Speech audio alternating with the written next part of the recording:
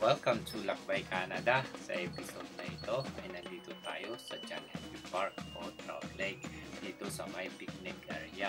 At meron ng isang event dito, Pinoy Fiesta. Kaya samahan niyo ako sa buong episode ng Lakbay Canada.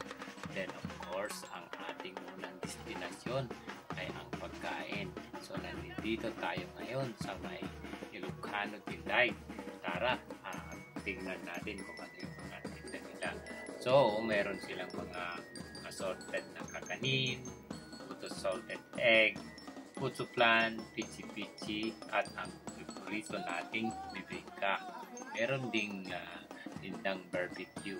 At ngayon ay nag-i-start na silang gumawa ng mga display. So, dahil sa Berna ay naglagay na sila ng mga parol, Christmas tree. So ito yung may mga participating dancers din tulad ng Aklanon, Santo Niño Association of British Columbia. So proud to be Pinoy but super busy Canada. Meron din Mascara at of course ang grupo Ilocano na dancers at may mga iba pa. Meron ding sayaw sa bandang huli at ang pinaka-highlight ay ang parade ng parol na umikot dito sa may Trout Lake Lagoon.